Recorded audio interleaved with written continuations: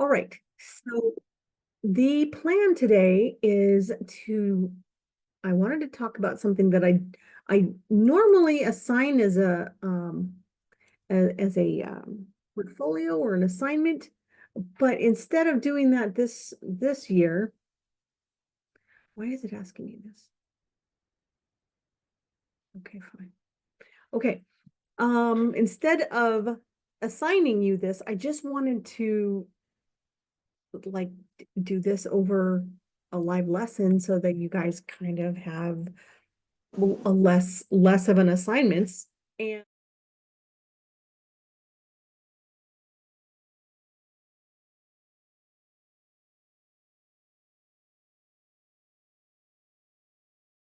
before we get going, the darker side of light is an art exhibition that is of modern artists, and um we're going to focus on one artist, and his name escapes me at the moment.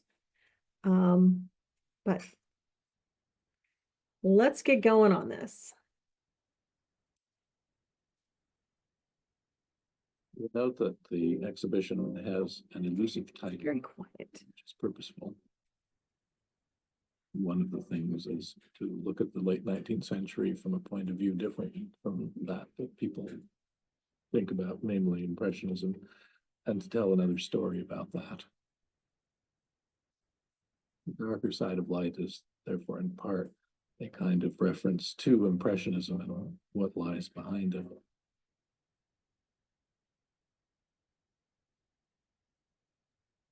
This exhibition is about the inside world. Most pointedly, it's about the world of thought rather than the world of sensory experience, which is how one tends to think about Impressionism. It's also about a lot of other things. One of those is the distinction between public and private, which became a very important issue in the 19th century in general. The apartments of Paris and the individual households of London became places of retreat. Take, for example, Albert Bénard's image titled Intimacy, which we see a woman and apparently a young boy seated in the living room by the fireplace. It appears as though she's reading to him. This is a picture of one of those interiors, one of those private places in the home where the sort of aesthetic experience that I have in mind was likely to have taken place. Curiously, the vision of thought that one finds most often expressed in works of this period tends to be carried out with images of women. The fact is that artists seem to have turned to the subject of women, including women themselves, in order to demonstrate, let's say, the state of interiority, states of reflection, of reverie, of meditation. Mary Cassatt, of course, does this. Kata Kalvitz does it as well, but in a very different vein.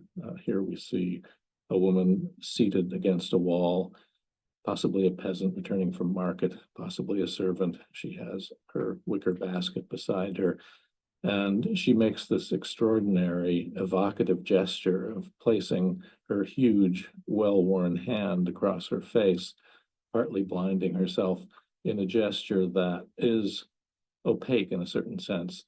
But there's no doubt that this is an image about a human being and about processes that go on beyond the surface in the life of a person. Among the most interesting figures in the artistic world of Paris in the 1850s, 60s, especially, was an etcher named Charles Merlion, who set sail with the Marine to the South Pacific, came back to Paris, and then began a very successful career as an etcher of Paris in its transformation. That is to say, Paris undergoing the urban renewal that was being carried out in those years, for which he must have had mixed feelings. And he selected from time to time architectural monuments in the city. He was a specialist in architecture for special attention, we might say. And his image of the Ministry of the Marine is a good example of that. Clearly, this has some autobiographical resonance because, of course, he worked for the Ministry of the Marine And what he shows here is the ministry being assaulted by a battalion of creatures, including some references to, for example, Polynesian war canoes that clearly came from his trip to the South Pacific. Fernand Knopf's beautiful drawing of a canal in Bruges is moody, misty, dark, very much like a dream. The care he's taken to capture the subtlety of the reflections in the water and the variations of tone on the surface of the building, the slight cold glow of yellow, the only accent of color looming in over the corner in the upper left.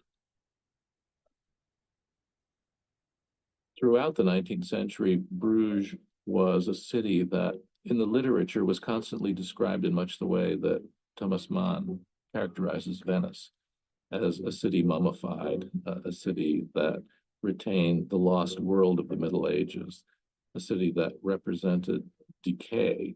So Knopf's sense of mood here is also very definitely elegiac. Among the most interesting instances of an artist exploring the interior is a series of 10 etchings by the German artist Max Klinger. Okay, this is who I was saying I wanted to really take a close look at. Max Klinger has this series of 10 etches that tell a remarkable story once you see all of them together. So please pay attention to his description of these next 10 etches.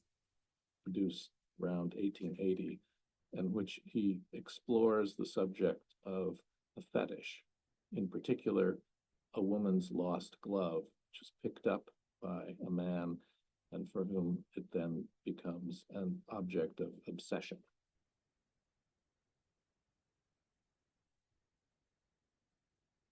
The first he titles Place, which shows us the actual setting of a roller rink in Berlin at the time, with a group of well-dressed people standing around in social conversation. To the left, we can identify a portrait of the artist himself standing with an acquaintance. The moment is ruptured by a comic event, namely a young girl whose roller skates fly out from under her and she hits her bottom, and everyone's attention is suddenly shattered and turns to have a look at this comic break in the tension. And this initiates the narrative, which then proceeds as Klinger himself, as now artist, chief persona in the action, pursues the woman out onto the rink. We see her skating ahead with her dog, and she's dropped her glove. Klinger bends over, loses his hat, scoops up the glove, and the obsession begins. And now it becomes the story of a fetish. The next of them is titled Yearnings, and we see a young figure, not seemingly a self-portrait, bowed over head and hands as if mourning, the glove resting across his feet, and far in the distance, down at the bottom of the valley, we see a single figure who must be the lover who is now departed. Triumph shows a chariot, pair of horses, drawing a curiously formed, shaped, clam-like figure that is actually in some way a transformation of the shape of the glove itself, and we can see the hand of it coming out, grasping the reins as the figures move forward, a reference to the classical triumph of Venus, one of the most fraught and intriguing of the images in the series, titled Anxieties, is a vision of the lovers, where we see a man coiled up against a wall, clearly and deeply disturbed. The image of the icon of his attention, the glove itself, you can see pinned to the wall on the right-hand side, rather like a specimen.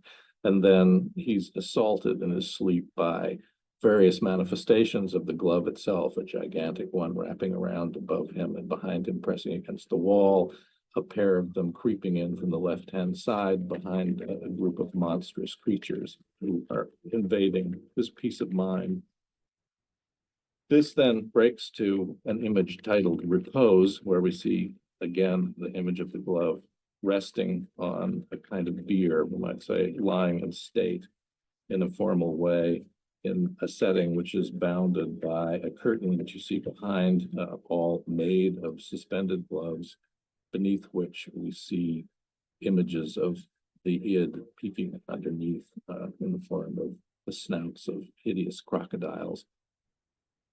And finally, the dream comes to its end with an explosive image titled Abduction, in which a monstrous ancient creature, something like a pterodactyl, has grasped the glove and flies off to the right, hands reaching out of a broken window, parting around the mullions in an illogical fashion as the glove presumably disappears out of the protagonist's existence. Klinger brings the cycle to rest with a tragicomic image drawing on traditions of the Renaissance and antiquity, a little Cupid who has cast aside his quiver and arrows and his bow and turns around seeming to cry or mourn over the figure of the glove, which is now laid out in massive form. So Klinger has clearly made it as much a comical story as it is a mock tragic story. But what is interesting to me is to consider that this was a cycle that was conceived and completed in the early 1880s at a moment that was 20 years before Freud published his famous interpretation of dreams, which is to suggest that there were some remarkable things going on in the minds of artists that later became codified dimensions of modern psychology, yet they seem to be anticipated here.